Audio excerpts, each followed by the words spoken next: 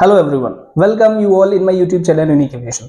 आज की वीडियो में हम बात करने वाले हैं एयरक्राफ्ट पर लगने वाले फोर्सेस की, यानी कि जब एयरक्राफ्ट हमारा फ्लाई कर रहा होता है या जब ग्राउंड पर वो रेस्ट में होता है या किसी भी कंडीशन में अगर एयरक्राफ्ट है तो वो कौन कौन से फोर्सेस हैं जो एयरक्राफ्ट पर लगते हैं, जिसकी वजह से एयरक्राफ्ट उड़ता है, जिनकी वजह से एयरक्राफ्ट जमीन पर रुक जाता है और जिनकी वजह से एयरक्राफ्ट मैन्यूवर कर पाता है। इन सारे फोर्सेस की बात हम आज करने वाले हैं इस वीडियो में। और ये टोटल फोर्स जो होते हैं वो 4 होते हैं, यानी 4 ऐसे फोर्सेस होते हैं जो एयरक्राफ्ट को उड़ने से लेके उसको एयरक्राफ्ट को जमीन पर लाने से, यानी लैंडिंग, टेक ऑफ और फ्लाइट के दौरान उसमें टोटल 4 फोर्सेस ही एक्ट करते हैं। ठीक है, तो एक एक करके हम हर एक फोर्सेस को समझेंगे अपने इस टॉय की मदद से। देखो, सबसे पहला जो फोर्स होता है उसको बोलते हैं थ्रस्ट।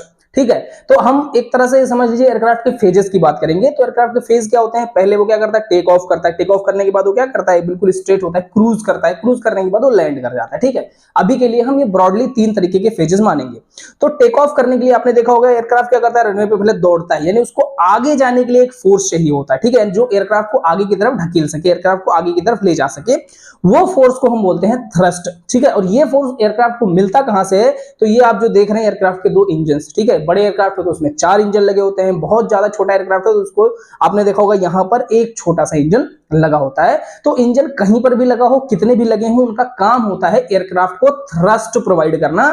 थ्रस्ट क्या है? तो एक फॉरवर्ड फोर्स है जो एयरक्राफ्ट को आगे जाने के लिए मदद करता है। ठीक है, और ये फोर्स कहां से मिलता है? तो एयरक्राफ्ट के इंजन इसको प्रोवाइड करते हैं। अब देखिए, एयरक्राफ्ट एक बार उड़ गया तो उड़ने के लिए उसको कौन सा फोर्स चाहिए? उड़ने के लिए ऊपर जाने के लिए एक फोर्स चाहिए, राइट? अब ऊपर जाने के लिए जो फोर्स चाहिए, मैंने बहुत बार आपको पढ़ा है, एक अलग से वीडियो उस पे बना रखा है कि एयरक्राफ्ट को ऊपर जाने के लिए जो फोर्स लगता है उसको बोलते हैं लिफ्ट। ठीक है, यानी एयरक्राफ्ट ऊपर जाएगा तो उसको एक फोर्स की जरूरत है जिसको हम कहते हैं लिफ्ट, जो उसके विंग्स के शेप की वजह से मिलता है, बर्नौलीज थ्योरम के अकॉर्डिंग मिलता है और कंटिन्यूटी थ्योरम के अकॉर्डिंग। इसके शेप पर जब एयर फ्लो करता है तो नीचे जो है प्रेशर बढ़ जाता है और ऊपर प्रेशर कम हो जाता है, इसलिए एयरक्राफ्ट जो है हवा में उड़ पाता है। तो यानी जो दूसरा फोर्स है वो है लिफ्ट। लिफ्ट मतलब ऊपर, अपवर्ड फोर्स। और ये उस एयरक्राफ्ट को कैसे मिलता है? तो ये उसके विंग्स की वजह से, उसके विंग के शेप की वजह से और उनके एरोडायनेमिक स्ट्रक्चर की वजह से जो फोर्स मिलता है, जो एयरक्राफ्ट को ऊपर लेकर जाता है, उसको बोलते हैं लिफ्ट। ठीक है, तो पहला बात क्या हो गया? थ्रस्ट। दूसरा बात हो गया क्या? लिफ्ट, यानी थ्रस्ट आगे बढ़ने के लिए, लेफ्ट ऊपर ले जाने के लिए।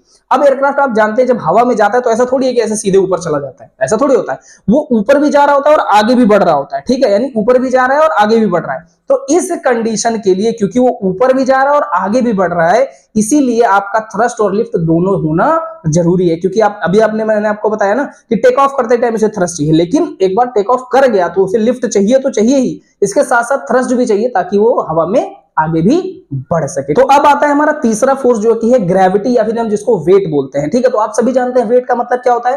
कोई भी मटेरियल हो, मैं सिर्फ एयरक्राफ्ट की बात नहीं कर रहा हूं, कोई भी जीप, ट्रक, बस, गाड़ी, कुछ भी हो, उसका खुद का एक वेट होता है। ठीक है, और अर्थ क्या करता है? उसको अपनी तरफ एक फोर्स से, जो कि ग्रेविटी हम जिसको कहते हैं, उस फोर्स से, उस वेट पर वो उसको नीचे की तरफ खींचता है, अपनी तरफ खींचता है। तो क्योंकि जो अदर व्हीकल्स होते हैं जैसे आपकी गाड़ी, बस, ट्रक, बाइक, ये सब क्या होते हैं? जमीन पर ही चलते हैं। तो ये जो वेट का कॉन्सेप्ट है ये हमको फील नहीं होता है, लेकिन जब आप एयरक्राफ्ट को ऊपर की तरफ लेकर के जाते हैं, यानी जैसे ही आप जमीन को छोड़ेंगे तो एक ऐसा फोर्स होगा अर्थ का जो इसको अपनी तरफ खींच रहा होगा। ठीक है, उसी को काउंटर बैलेंस करने के लिए याद कीजिए हमें लिफ्ट की जरूरत होती है, क्योंकि अगर वो वेट ना होता तो आप थोड़ा भी यहां फोर्स लगाते उड़ जाता। ठीक है, लेकिन अब क्या होता है, क्योंकि एयरक्राफ्ट के पास खुद का वेट होता है और ये जो आपका ग्रेविटी है वो एयरक्राफ्ट को अपनी तरफ खींच रही होती है, तो आपको ग्रेविटी से ज्यादा एक फोर्स की जरूरत होती है जो एयरक्राफ्ट को ऊपर ले जा सके। ठीक है, उस फोर्स को हम क्या बोलते हैं? लिफ्ट। ठीक है, और ये कैसे जनरेट होता है? तो ये जनरेट होता है आपके विंग्स के द्वारा। ठीक है, तो जो पहला फोर्स था वो था थ्रस्ट, दूसरा फोर्स था थ्रस्ट आगे ले जा रहा था,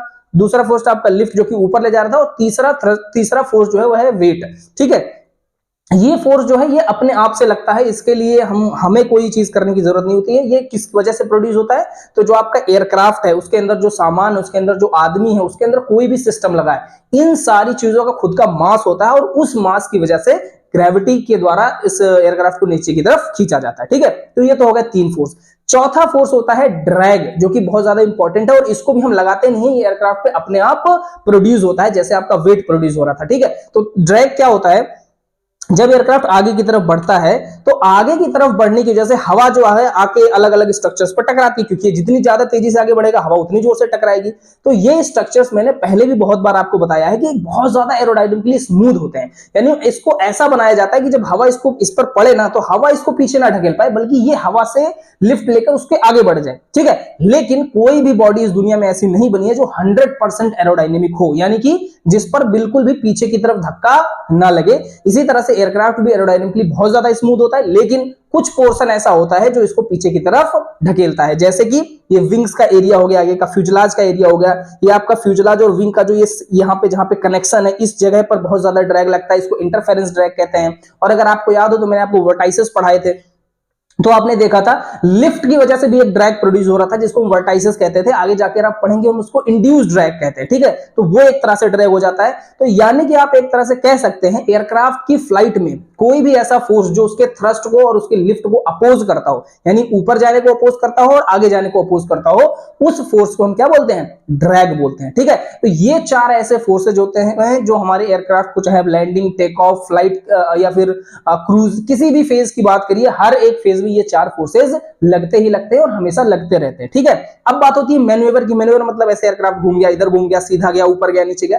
तो इन कंडीशंस में होता क्या है, इन्हीं चारों फोर्सेस का जो बैलेंस होता है उसको हम इधर और उधर करते हैं with the help of control surfaces. और ये जो हमारे ये सारे फोर्सेस होते हैं इन्हीं का बैलेंस बना करके ही और इन्हीं का इम्बैलेंस करके, यानी एक को कम करके दूसरे को ज्यादा करके, इस तरह से हम एयरक्राफ्ट का मैन्यूवर यानी कि उसको घुमाते हैं, उसको रोटेट करते हैं, उसको ऊपर ले जाते हैं, उसको नीचे लेकर के आते हैं। ये चीज हम पढ़ेंगे जब हम पढ़ेंगे स्टेबिलिटी ऑफ द एयरक्राफ्ट, ठीक है। तो फिलहाल के लिए इस वीडियो में इतना ही।